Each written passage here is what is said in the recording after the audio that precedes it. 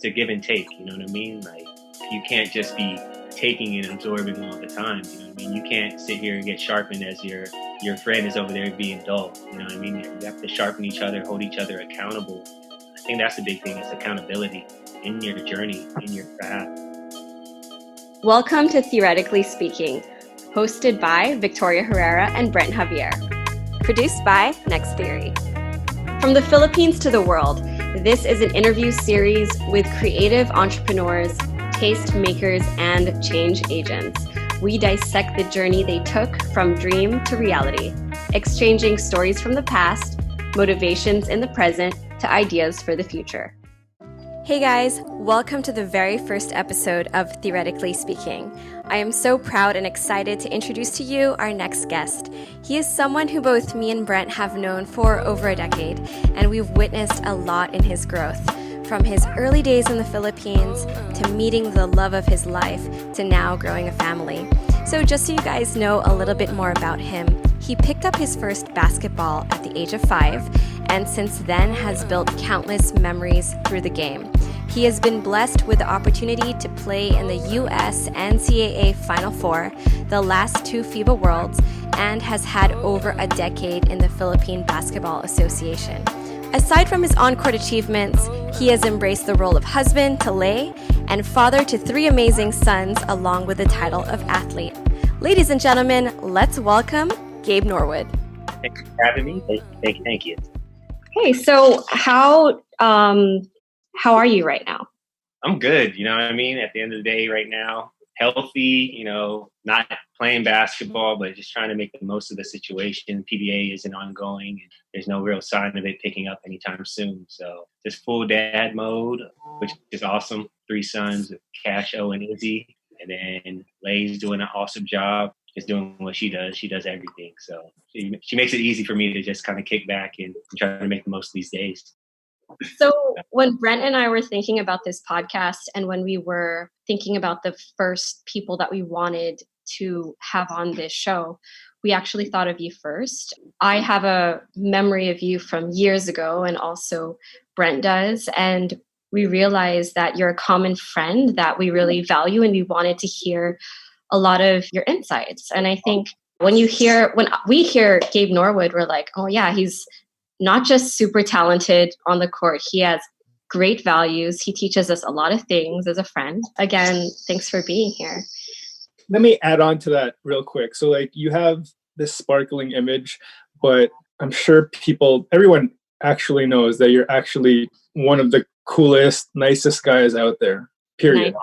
Yeah. So that's why we wanted to get you, because we knew it would be a nice, easy conversation. There wouldn't be any drama, and you're just a great guy. Appreciate that. So what we're going to do first is take it back. So how was it for you growing up? First off, where did you grow up, and how was it like over there? Man, I grew up everywhere, to be honest. My dad coaches college football in the States, American football. So we picked up and moved a lot. He got into coaching when I was 5 years old. He was a graduate assistant at the University of Arizona.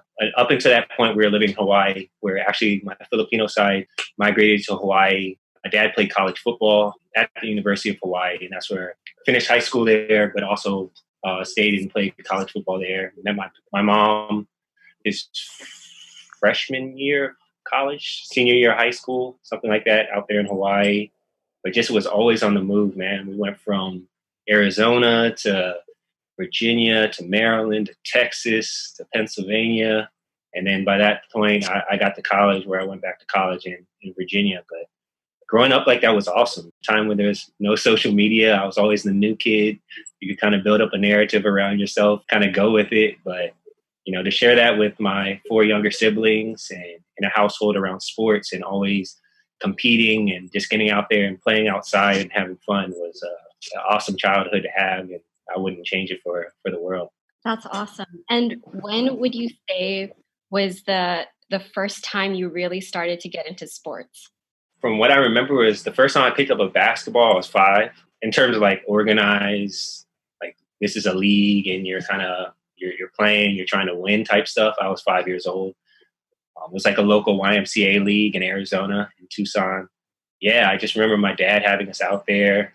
It was myself on one team. I think my brother Jordan might have been with me when I first started playing, but I was always drawn to sports. I think, Canada and the States is probably real similar. Everything's seasonal. So for me, it was, football season, went into basketball season, went right into like baseball, maybe soccer, depending on the year. So we were always doing something in our house. And I think that was my parents' way of really keeping us active and out of trouble. Can I ask, so how did you end up being the basketball player? Because like your family, like you said, super athletic, from your dad to all your siblings, probably everyone.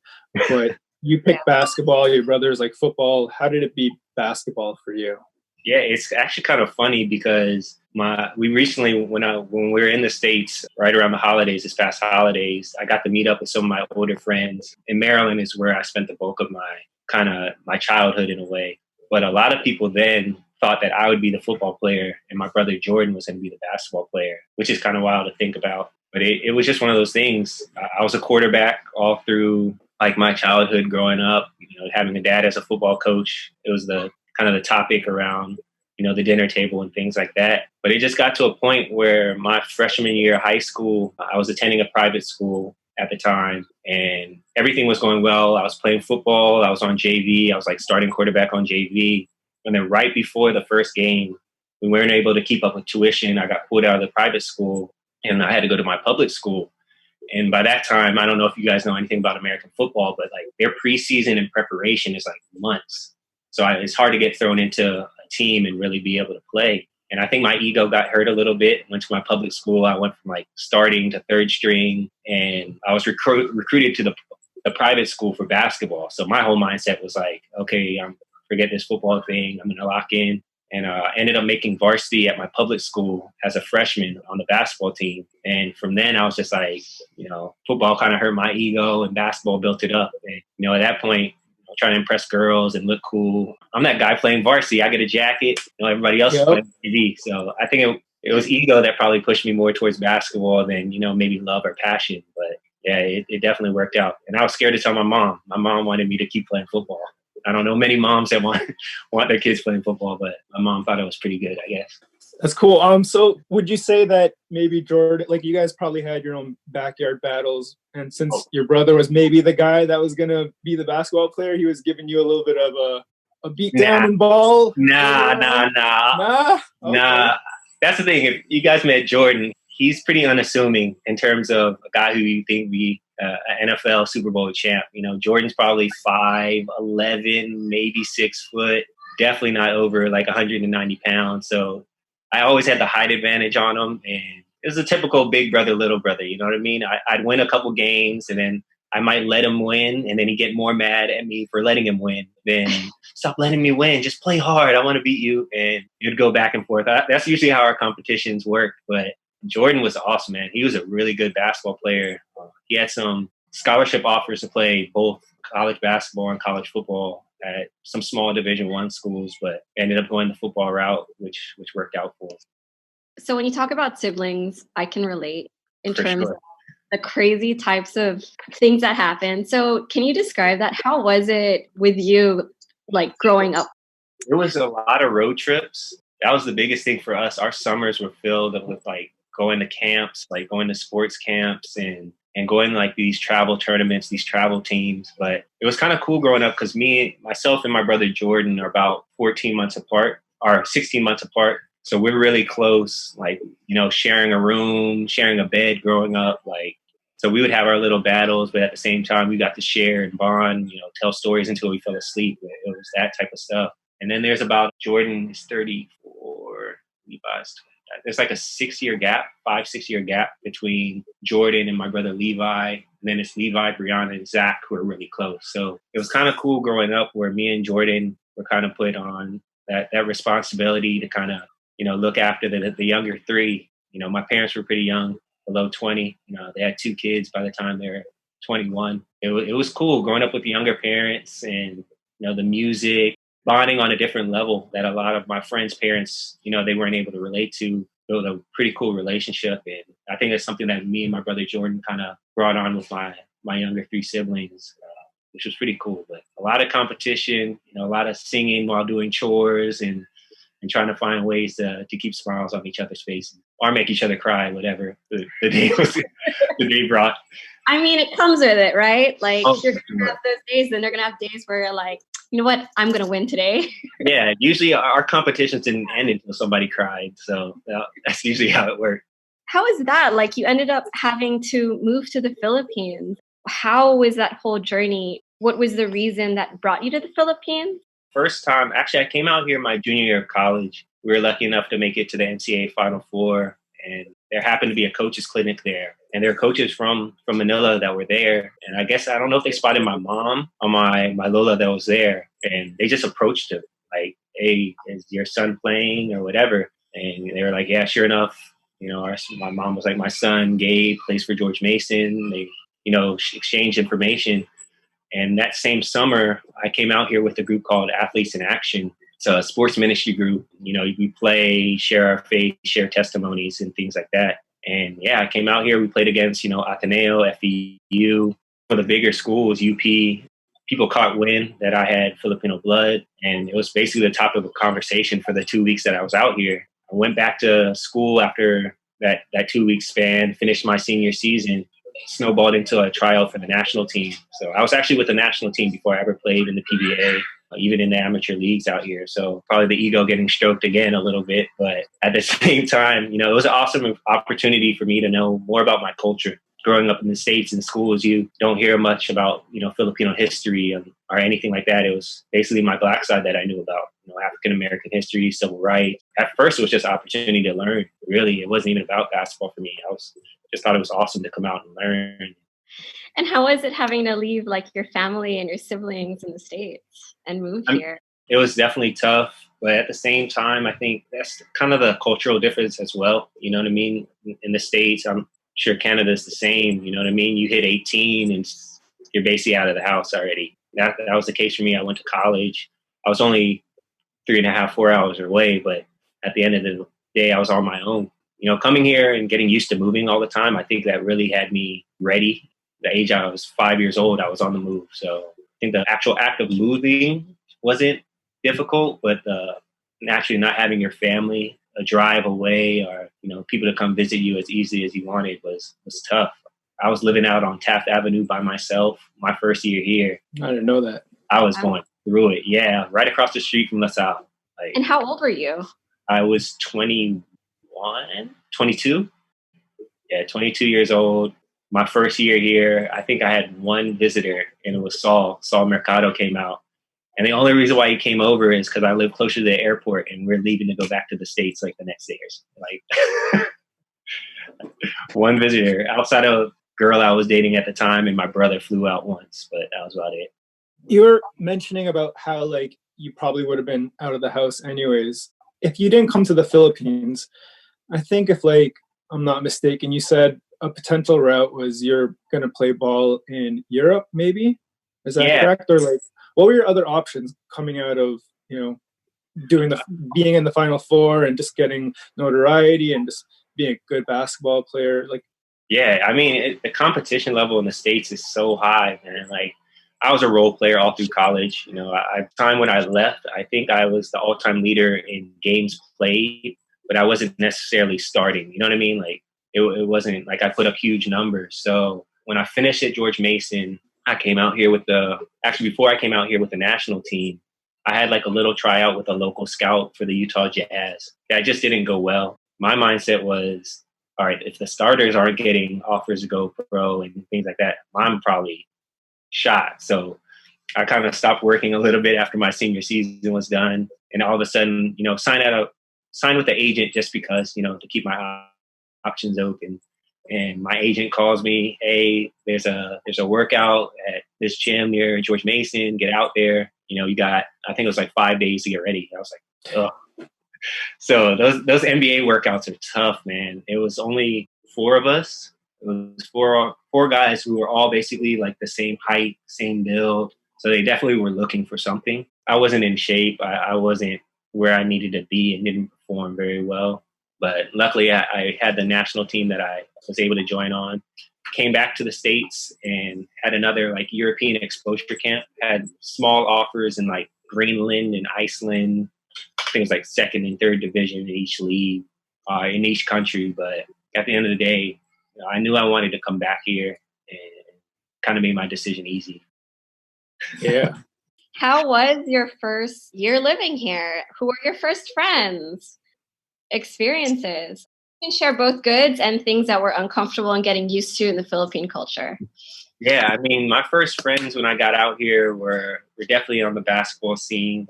Saul Mercado. We were playing actually in the PBL, which is no longer even around anymore.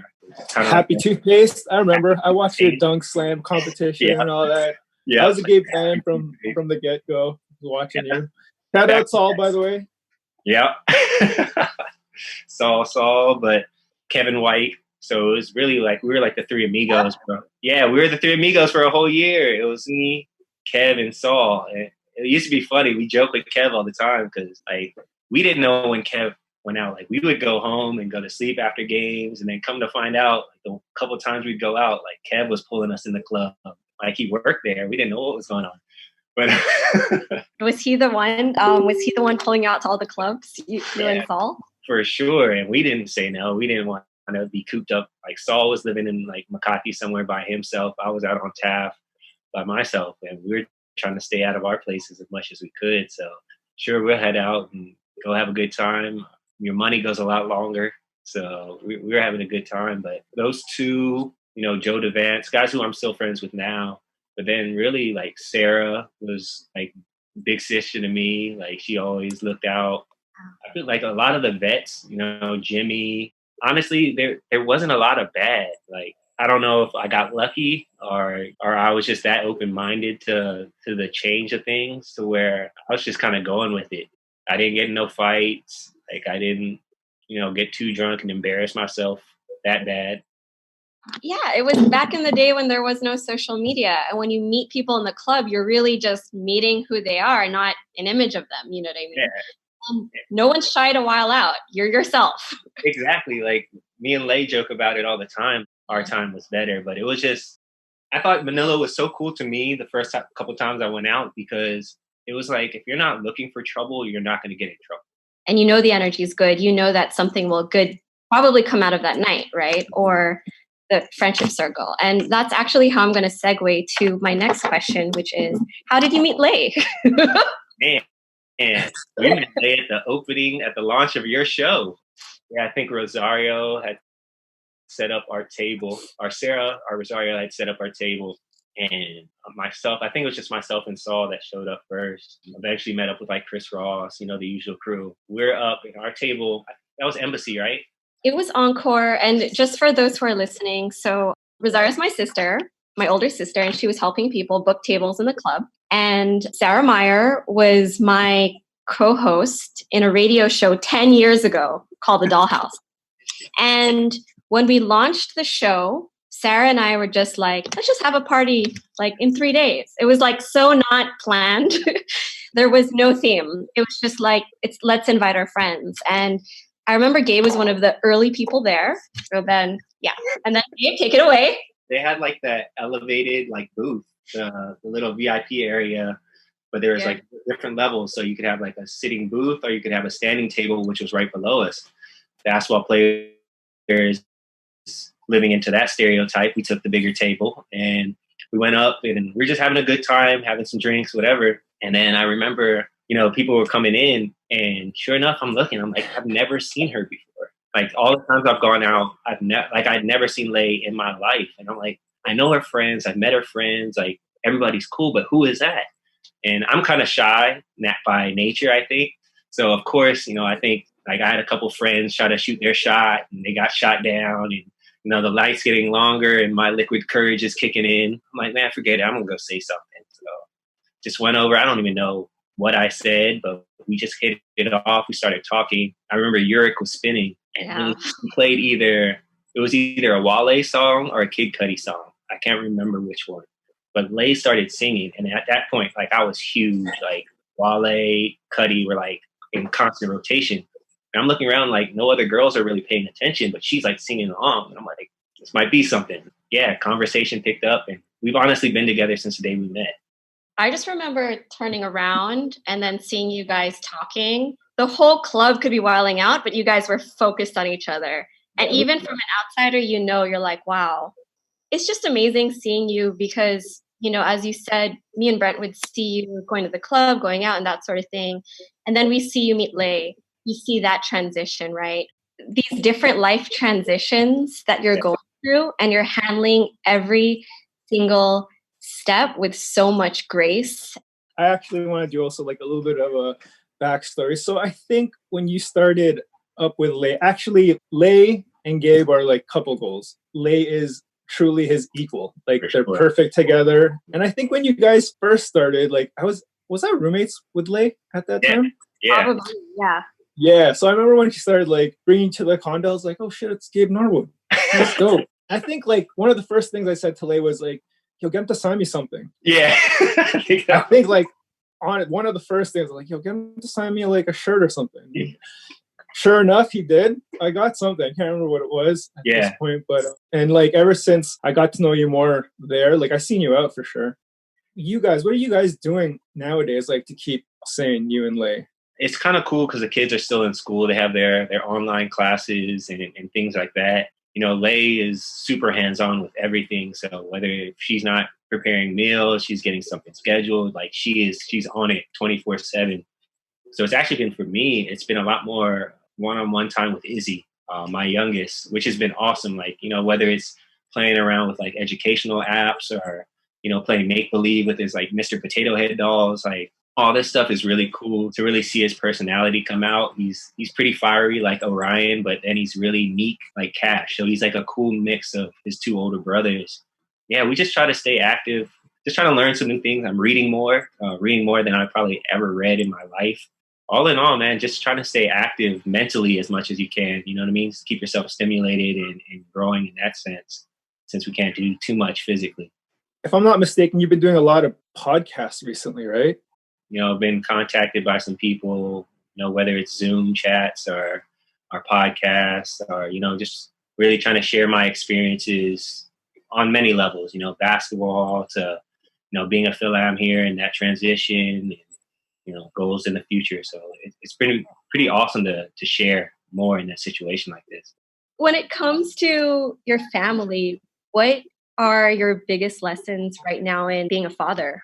Each one of your kids are different, but you have time to really lock in and learn how to love them, how to discipline them in their own ways, display things in certain ways to each kid. So it's kind of cool to see the dynamic of how they respond, the time to actually sit down and realize it, without acting out of emotion all the time, but actually be able to sit down, process who I'm speaking to, not even them, not even just them, even how me and Lay communicate. That's a constant work that you have to put in. It's been awesome to kind of do that and have our quiet time together, and it's hard not to get lazy, to be honest, on a physical side of things and trying to stay in shape. And especially for me, I don't know when our season's going to start. I was never the one to go just randomly run. I hate running. It's been a battle, but all in all, it's been a blessing to really see the kids embrace this. They've been champs, and they haven't been complaining or, why this, why that. They've been really building their own bonds with one another as well. What other goals do you have left playing basketball in the Philippines? Like, you've been with Gilas for a while, you've been with Rain or Shine. What else do you have left to check off? What else is there for Gabe Norwood? Definitely, you guys know me. I'm not a big individual goal person, so like that stuff went out of the window for me a long time ago. But biggest thing now for me is probably winning another championship.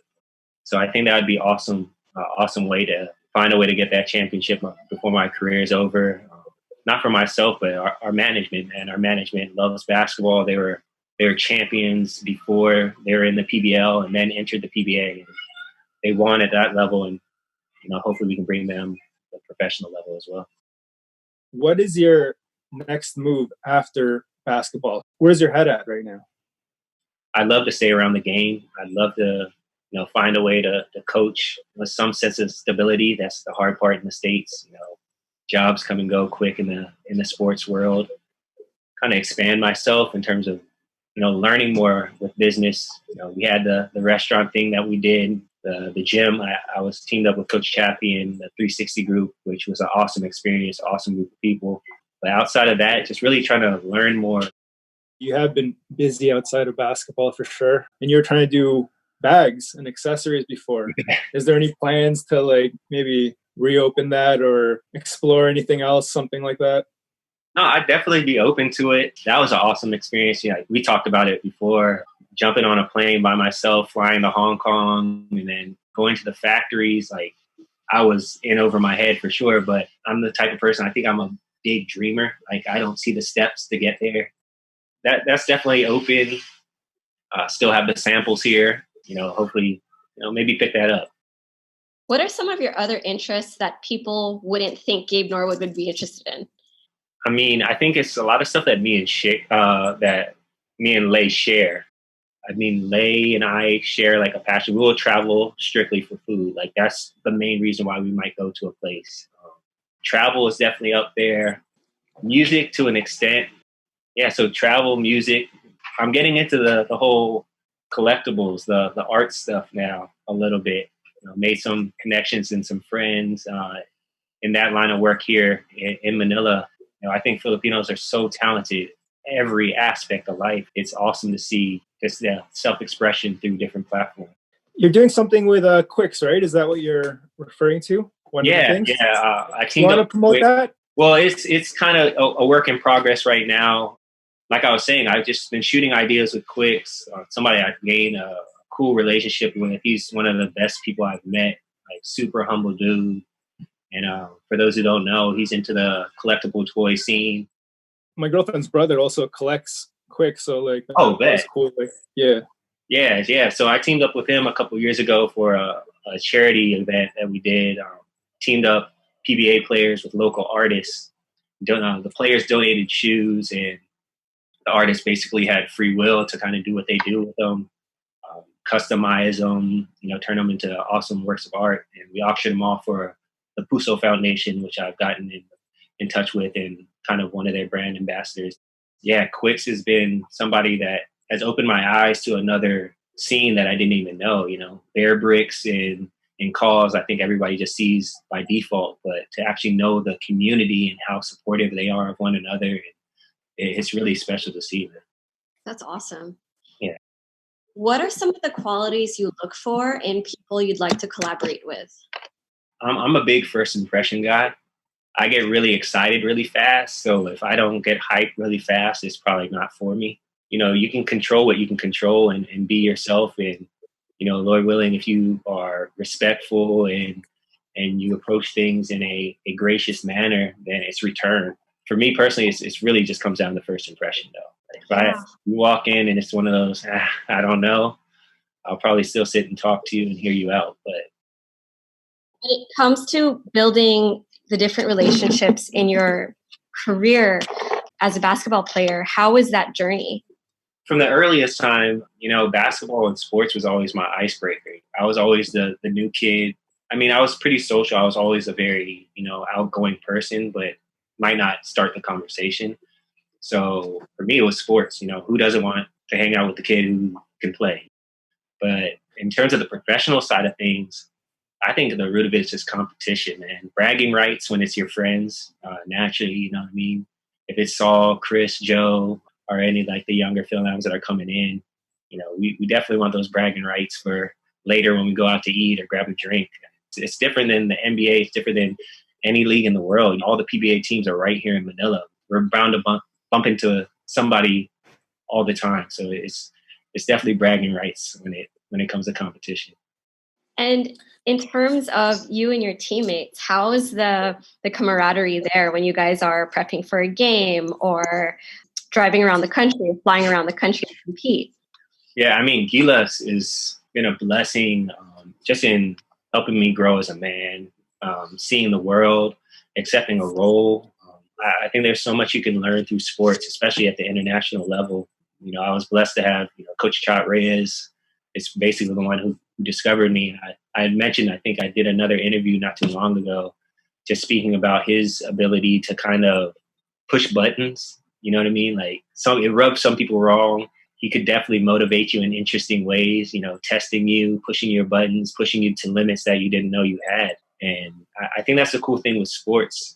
You get different coaches, you get different influences, And if you can stay open-minded and be coachable, you're going to learn and adapt without even trying. You know what I mean? You're just going to get gems and tools just along the way. And I think it's been pretty cool experience at 35 now, being able to share that with the younger guys and take on that role on my team now. Like I'm Kuya Gabe, and I'm the guy they come to with questions on or off the court. You know, we've all been through it, whether it's, you know, financial, whether it's, you know, relationships, anything. I think I've been blessed with a situation where guys kind of trusted me to open up. Speaking of Gilas, do you want to like maybe talk about that fight that happened? Ooh, yeah. I mean, yeah, maybe the one that got perspective of I watched it, right, and like when I was watching for you, too, right, and like obviously you were that guy that obviously wouldn't really, you'd be the good guy, right, and you didn't like really throw anything, but everyone else was like wilding out. But like, what was your perspective of how that all went down? I mean, the whole thing was a wild situation. For a lot of people that don't know what Brent's speaking on, the Philippines and Australia had gotten into a little tussle in a FIBA event, but not a lot of people know that a couple months before, in the window before, we had played in Australia. Didn't play very well. They beat us pretty bad, but there were some things exchanged even in that game. So I felt like it was brewing, to be honest. I think there was some tension that kind of rolled over from the first time we played them. It didn't help this last time. The most recent altercation started in the layup lines. It started before the game even started. For anybody who was in the arena, they probably saw it. They had to separate us before the game started. There was tension in the air if you were in the arena. For me personally, my instinct, I was out of the game.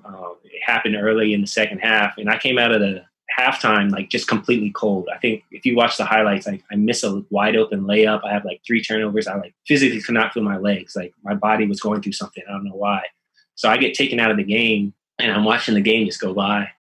You know, I've been around enough fights, you know, to know to check your blind side. So my instinct was to look and see who was rushing the court from their side, and they were being restricted, like they were being held back and everything. And by the time I turned around, our bench was gone. Like, so my thought was, oh man, like it's too far gone. They're going to kick people out. It's a wrap. So I jump over the barrier and I'm trying to kind of separate people. I see Matt Wright over there, like eyeing a guy up. It was crazy. It was super crazy. But at the same time, like it's super unfortunate. Like we can laugh about it now, but it was hurtful to see at times. Yeah. You know what I mean? Like I didn't like talking about it. It wasn't, I wouldn't say a proud moment, because at the end of the day, we were sticking up for it. I think if a lot of people in the same situation might have reacted the same way, just in terms of, you know, defending your brother. I got a lot of backlash because people were like, oh, you didn't fight, so you don't deserve to be there. Really? Yeah, from, you know, myself, social media more so, nobody like to my face, because it was just myself, Junmar Fajardo, and Becerra Mayer who didn't get kicked out of the game. And we were getting kind of some backlash in that sense, but emotions, you know what I mean? Like I can't, social media now, I don't get too worked up in terms of being judged or fans going off. It's a place of passion and emotion. So it was a wild time, but it was wild for real, from chairs to fans to everything. It was wild. Yeah, coaches were involved. It wasn't just players. Like it was pretty crazy watching the replays, like on all channels. Like, yeah, it was rough. But all I know is one of their coaches, assistant coaches, is like Luke Longley, who's 7-foot Chicago Bulls world champ, Australian guy, big Australian guy. So by the time I got on the court, I was holding back like Matt Wright, I think, and all I see is like Luke Longley, like just trucking it. Just he's coming. I thought he was running at me. I'm like, oh my gosh, this dude's huge. I'm like, coach, relax. And sure enough, he was saying that he was trying to pull his guy out. And at this time, my back was turned, so I didn't see, what was his name? I forget the guy's name that had fell and was basically getting jumped. You couldn't even see him. Like, I literally could not see him, but I definitely had to let Luke Longley go ahead by. He's like 7'1" or something. 7'2", 7. Yeah, he's a big dude. He's a big dude. You've won like the sportsmanship award like 4 times, and even consecutively 3 years in a row, right? Yeah. You've been on the other side of fights as well. What about like that fight that you were in with Saul? Where you're teamed up with Saul, but you're fighting against like Joseph Yo and Oh yeah. That was my rookie game. That's the only game I've ever been suspended for. I got suspended after that. Yeah, it was just one of those things. It was a quarterfinals, game one of the quarterfinals. I happened to go up for a layup, and Latoya Omalone, who's actually like, I wouldn't say a close friend, but somebody I highly respect, a good Christian dude. Like, it wasn't even like that, but he ended up swiping for the ball after the whistle. I personally thought he was trying to swipe at my face. Before I could even hit the ground, I decided just to throw the ball like right at him. I think I hit him like up towards his neck or like his chin. And yeah, he came over. I think Joseph came to was Santa Lucia at the time. Joseph came over and kind of pushed me. And then Saul just came out of nowhere, just two-hand pushed him and got into a quick little scuffle. I wouldn't call it a brawl, but definitely was a scuffle. And then me and Saul both got suspended and probably cost our team a playoff run. And they've been friends ever since. Yeah. You're like my boy, Blue. You're my boy. That's how trust was built. I almost got broken down when I found Lay. I think Saul was more jealous than anybody. That would definitely get brought up when Saul guessed. Yeah. We're going to get his side of the story when you guys met. So when it comes to just your experiences in basketball, and there have been a lot, like some of these things, right? I mean, I've heard of it, but it's different when I hear you tell the story as well. But it just shows that you've been through so much in your career in the game, right? So what would you say were your ultimate like highlights in terms of your career? Well, definitely if you want to go back all the way to high school, I won a state championship, but it was even more special because my brother Jordan was my teammate. And it was our first time that we got to be teammates in a while. So my senior year of high school, winning a state championship, playing in the NCAA Final Four is definitely on the list. One of the craziest Cinderella stories is what they call it in the States.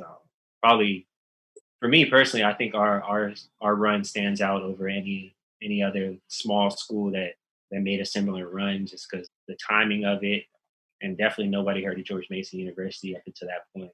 Aside from that, man, the Gilas experiences have been awesome. The first year when we qualified to get to the World Cup in 2014, I guess we qualified in 2013 when we beat Korea here at Mall of Asia. And for a lot of people that don't know the rivalry between the Philippines and Korea in international sports, Korea has beat us in like some heartbreaking fashion over the years to like one step away from the Olympics or from the World Cup. As recent as I think it was 2 years before that, 2 or 3 years before we qualified for the World Cup, we just barely missed the Olympics at the hands of Korea. So knowing that history and being a part of the team that finally got back to, the world stage after 40 plus years was pretty awesome. Winning 2 championships with rain or shine has been really cool, especially my first championship. I don't know if you guys remember Jamel Cornley. He was our import, but I'd known Jamel since I was 17, 18 years old. Had a hand in him coming and being on our team. So it was cool to share that with him as well. Outside of that, it's really the off the court stuff. I think anybody who's ever an athlete or a part of a team in some sense, a lot of it's not even the final product. It's the work, right? Like the work that goes in and the memories that are made along the way. So a lot of mine's, like people ask me all the time, like, what was your favorite part of Gilas? And it's like the trips, you know what I mean? Like the team building, the random time Coach Chot had us try to remake a painting of like a Picasso or something as a team off of memory. Like it was like little stuff like that. You know what I mean? Those are the stuff that I'll probably miss most when I do step away from the game. So in your opinion, what makes a good team? First of all, I think there has to be a bit of drama to overcome and put you back on a level playing field. Because every team in every sport, their whole rally in the beginning of the season is we're going to win a championship and we have to do this, this, and this and do it. But when those things don't fall in line, but you're able to learn quick, adjust quick, and trust each other as fast as you can, that's a team. You know what I mean? It's not just a roster. And I think that's gone for any success I've had. There's been drama. It put us all back on a level playing field to refocus when times get hard. So I think teams are built throughout the process, not beforehand. You know what I mean? I don't think you can have a team until, you go through some adversity. What do you think makes a good coach? Someone who's true to themselves, doesn't play to anything but who they believe in, what they believe in. I've played for some guys. I was just telling this story. Also, my college coach, not to say something bad about him, but while he wasn't the greatest people person, like he wasn't really gravitating people towards him, but he was so smart in how he constructed his staff to where they each assistant coach was like a building block onto him. You know what I mean? Like it's like they form like this superhero through 4 or 5 people. And I think the good coaches do that. They recognize and they're honest with their mistakes. They're honest with their weaknesses, not just with themselves, but they're vulnerable to their team.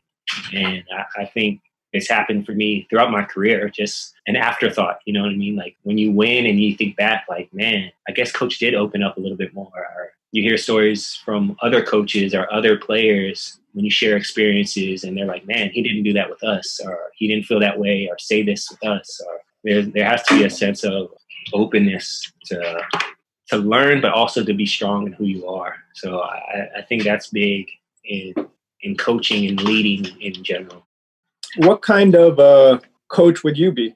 Because that's something that might be there, but what kind of coach do you think you would? How would that play out? I think it depends on where, because I've had the conversation recently. Just in terms of what motivates kids now, I think has changed just with social media and the opportunities to kind of be somebody before you've done a lot. You know what I mean? Like, not to say you haven't done anything, but like kids can have X amount of followers because they're extremely talented. Like the talent is a given, it's there. But I don't know if kids are motivated for the same things that I was motivated with. So that's probably one of my fears with getting into coaching, because I don't know if I'll be able to relate in that sense of being able to really know what drives kids. I talked to my dad. My dad is 50 plus coaching he's an assistant coach at UCLA now on the football staff. And that's a conversation I've had with him, and he's constantly learning, and I'm sure I'll do the same, but it's just, I like to think I'd be the guy that kids could lean on and kind of be open with and be more than on the court or on the field, whatever type of coach, growing young men, or if I'm coaching women, growing young women and whoever they can be.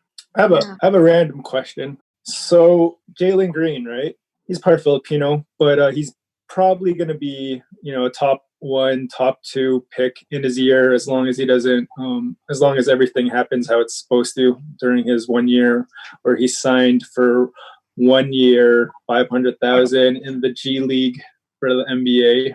What are your thoughts on him and what kind of impact he would have? Like, he's been to the Philippines a couple times for a couple, I don't know what kind of games we'd call it, promotional games, or I don't know. It's like a high school. They had a high school showcase for no foreigners, which is picked up steam. But yeah, Jalen's his talent ridiculous. I got the chance to, met him through introduction, but definitely he's a kid who knows what he wants. He wants to be the best, and I think it's shown in the way he competes. Even if you only watch it in clips, some guys you watch in clips and all right, he jumps high, or yeah, he can do this, that, and the other, but you can see the fire in the way that he plays and how he approaches the game, which I think as long as that's the forefront of it, I think the sky's the limit. Like he can do whatever he wants in terms of basketball. But the whole situation is kind of cool to me. Like I go back and forth if I'm completely for it. I'm definitely not against it, but I don't know if it's really driving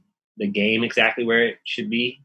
You look at other sports, like basketball players or even, football players, they should definitely be able to monetize their talents, when they become of age, like baseball players or hockey players and things like that.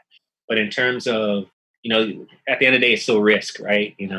Are kids really going to go, like they say the new agreement now, kids, they'll get the $500K and they'll also have money put aside for college so they can go take classes whenever they want and things like that, which is easier said than done. Like I took 2 steps out of my last class and I knew I wasn't going to take another one. You know what I mean? Like my last college, I knew for sure I'm not going to sit in another classroom, but that'd be scary to think of at 18. Like if I'm, you know what I mean? Like I don't know. The life, there's so much that can happen, but at the end of the day, I wish him the best because he's a super special talent, and got supportive people around. Got the support of the Philippines behind him now as well. So it's pretty cool to see.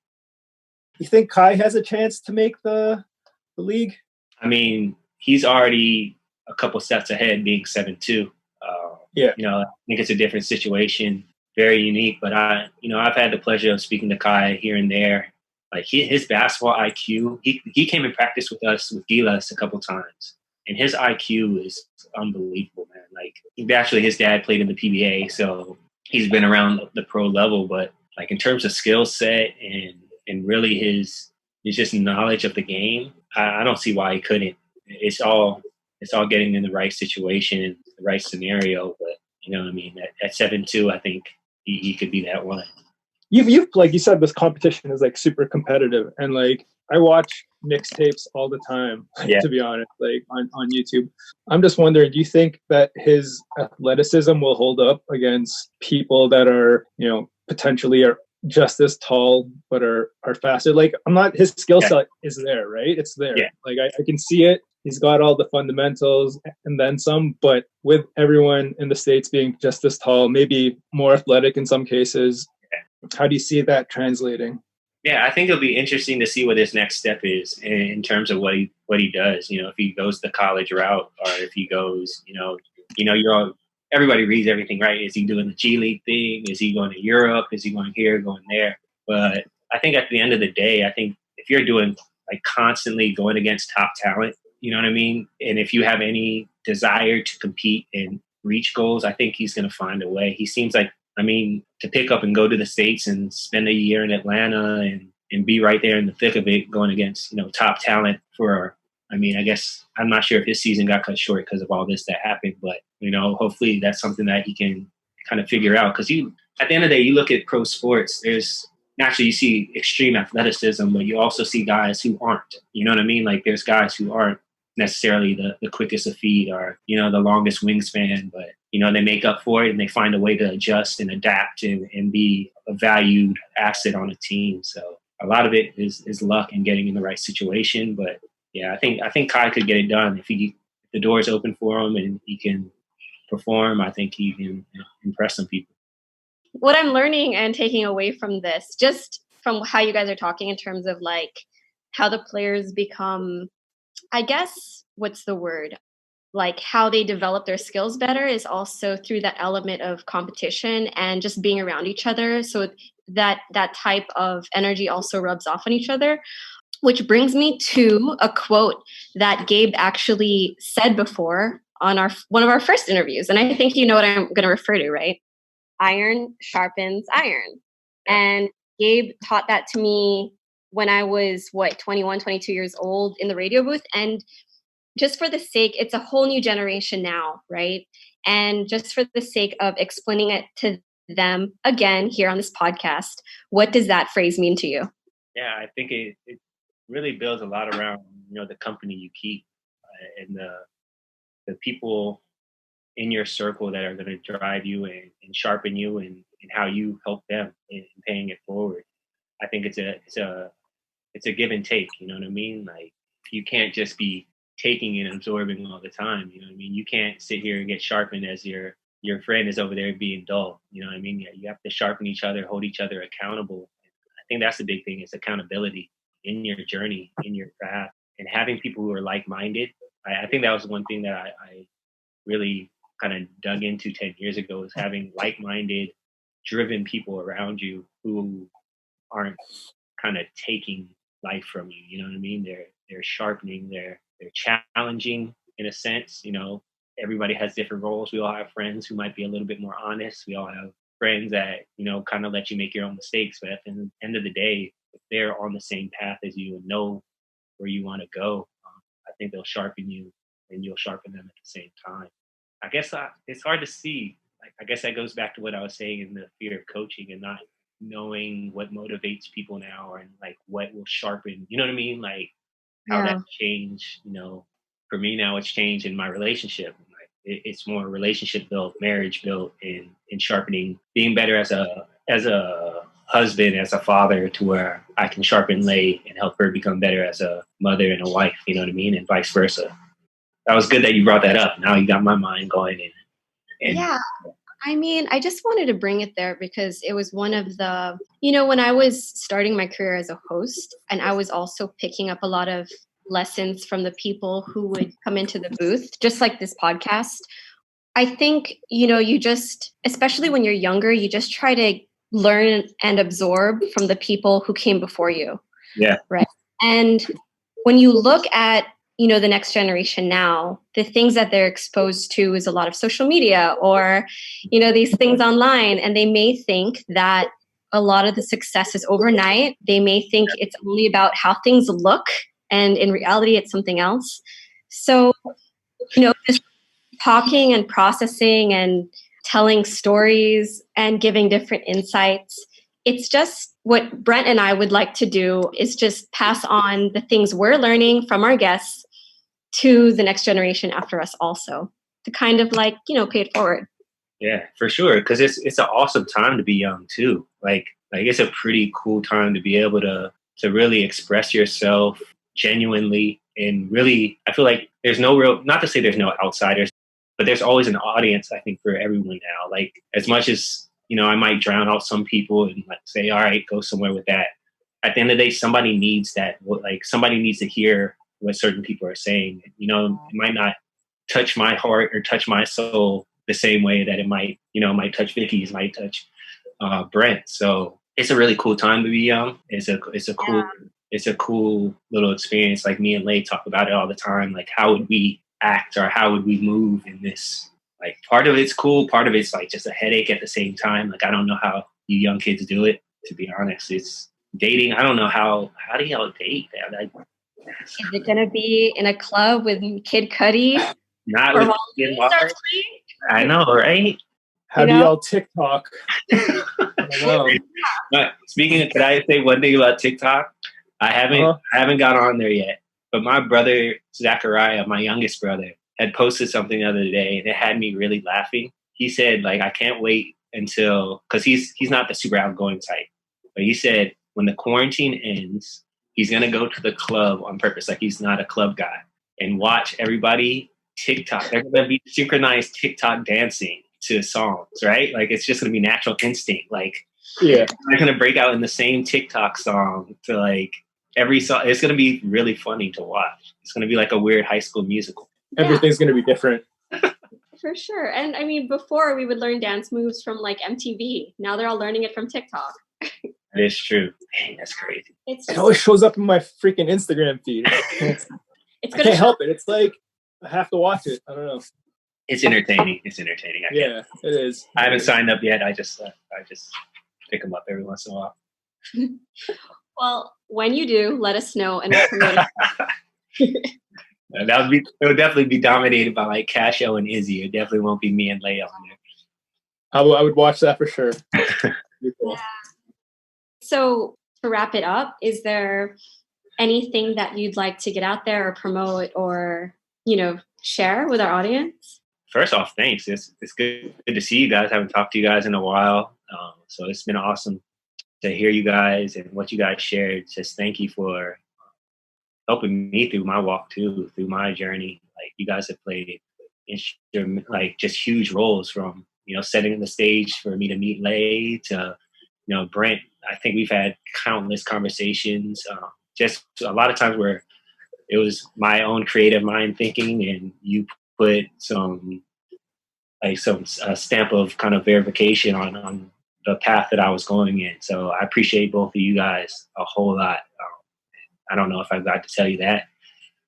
On top of that, I mean, not a whole lot, man. I'm just here living, trying to make the most of these days. Like Brent mentioned, have a little thing in the works with Quicks. So keep an eye out. I'll make sure to post that. G Norwood 5 on Instagram and Twitter as well. And other than that, just loving these kids, love your family, man. Check in on everybody. It's an awesome time to really kind of open up and really revisit relationships that, you might have put on the back burner. You never know. Like I've reconnected with some college friends or high school. Like I moved around a lot, like I said. So just a simple, what's up, how you doing, and go from there. Thanks, man. Thank you guys for hitting me up and contacting me with this. On behalf of myself and Victoria, I just want to say thank you again for the time and for sharing your insights, your experiences, the good and the bad. Is there anything else you want to say, like yourself speaking to your younger self as a basketball player, or just as your younger self, like advice that you would give to yourself that you didn't know? Younger self, 10 years ago, just keep grinding, man. Keep grinding and stay grounded. Faith was there and planted in me a long time ago. It's not easy. The journey is definitely rocky, man. But like I said, championships aren't won on the easy path. It's that rocky path that builds champions. So that's definitely what I tell my younger self is keep pushing, keep being somebody else's iron, and go from there. All right. And thank you again so much, Gabe. And it was so refreshing to have this conversation again. And yeah, just take care of yourself this quarantine. Love to you, love to Lay, love to the boys, your family, and stay safe. All right. Love you guys. There you have it. Episode number 1 of Theoretically Speaking in the books. Once again, a big thank you and respect to Gabe Norwood, one of the legit best people out there. He's definitely more than an athlete, especially when you get to know him beyond basketball. He shared his story to what drives him to be the success he is on and off the court. Looking forward to following his creative journey for sure. Thanks again for listening with us here on Theoretically Speaking, brought to you by Next Theory. Oh yeah, follow us on IG at Next Theory, at Brent Javier, and at Victoria_Herrera.